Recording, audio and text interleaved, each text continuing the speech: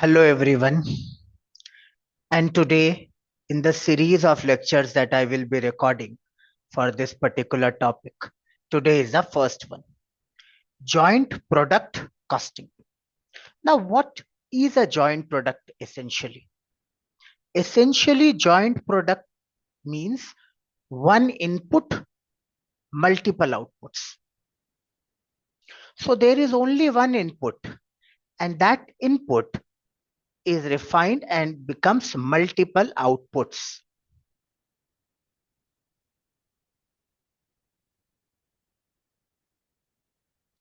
So one input will transform into two or more outputs. Outputs essentially means finished goods. Some of the best examples of joint products are crude oil. So if you understand what we use, that is petrol or kerosene, that's not come out from the oil wells. Oil wells generally produce crude oil. That crude oil is then processed at refineries, different refineries, petrochemical refineries, and is split into different finished products. So it becomes at certain level, it becomes motor oil, kerosene oil, high grade oil, and various concepts. Now, the core concept is in this how to allocate common cost, which is also your joint cost. Core concept, that how do we allocate common cost,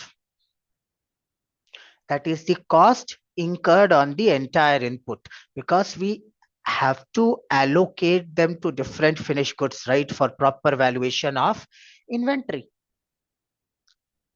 Now there are four methods which are acceptable as per your institute for allocation of joint cost. The first method is called allocation of joint cost using sales value at split off method. Now, what does this method do? This method will allocate joint cost using the relative sales value of different joint products. So whatever sales value you get of joint products at the point of split off, this method will use that to allocate joint cost. This method is generally recommended because it is up to the company to use whatever method they like. This method is generally recommended if the joint products, that is whatever the output you are getting, they can be sold at the split off point. So if all the joint products can be sold at the split off point itself. What is split off point? The point at which these products become separately identifiable. That is your split off point.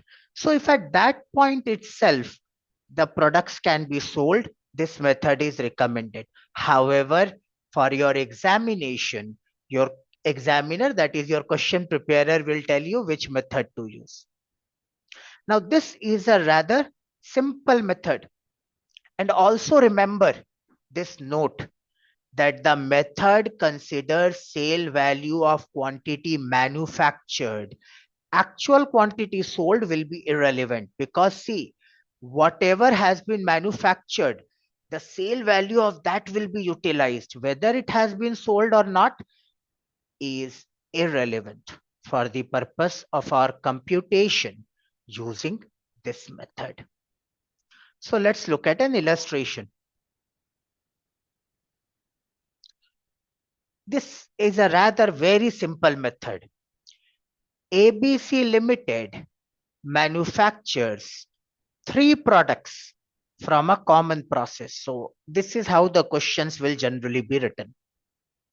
ABC Limited is manufacturing 3 products from a common process, means joint process, one process through which Three products are getting manufactured. The following table contains the details of the products manufactured. Now, I have given it in a very layman's language. The examiner will, of course, put it in a complicated English language, but the crux will remain same. Allocate the joint cost using sale value at split off method. So there is ABC Limited. They have manufactured three products from a common process. And the examiner is telling, allocate the joint cost using sale value at split off method. So particulars is given product A, product B, product C. Selling price per unit at split off means all these three products can be sold at the split off stage itself.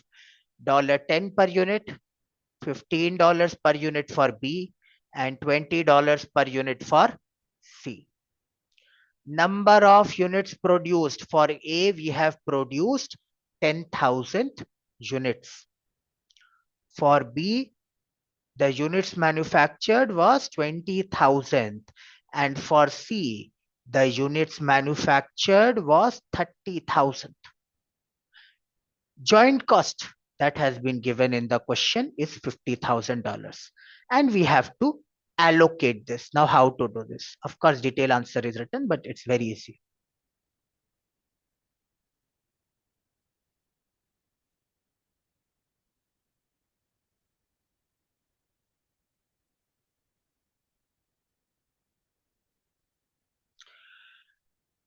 So answer, if you look at it, it's very, very easy. We took selling price per unit at split off for all the three products, $10, $15, and $20. And we took the number of units that has been manufactured. So for A, 10,000 units have been manufactured. For B, 20,000 units have been manufactured. And for C, 30,000 units have been manufactured. So what is the sale value at split off? The selling price per unit at split off multiplied by number of units produced. That is what will provide you the total sale value at split off. Na? So for product A, it will be $100,000. That is $1 lakh. For product B, 20,000 units were produced and each unit could be sold for $15. So total sale price at split off or sale value, 20,000 into 15, $3 lakh. And for product C, $6 lakh. Now we will use this ratio. So if you understand ratio, your life will be very, very easy. It means 1:3:6. So this 50,000 will be allocated in the ratio of 1:3:6. If no, then understand that this 1 lakh constitutes 10% of the total sale value, that is $10 lakh. So 10% will be allocated to A. This $3 lakh constitute 30% of the total sale value, that is $10 lakh. So 30% will be allocated to product B. And $6 lakh is 60% of $10 lakh. So 60% of the joint cost, that is 50,000, will be allocated to C. So this gets 10%, 5,000, 30%, 15,000, and 60%, 30,000. Your total joint cost is allocated. If you understand ratio, basic mathematics, your life will be very, very easy, because then you only need to understand 1:3:6. Allocate joint cost in the ratio of sale value at split off. So this first method is a rather easy method where we use sale value at split off. So whatever is the total sale value at split off and the proportionate of the product, we use that to allocate joint cost. So that's it for this session, guys. In the next session, I will discuss with you the second and the third method, that is net realizable value and physical units method. So we'll see you again in second session.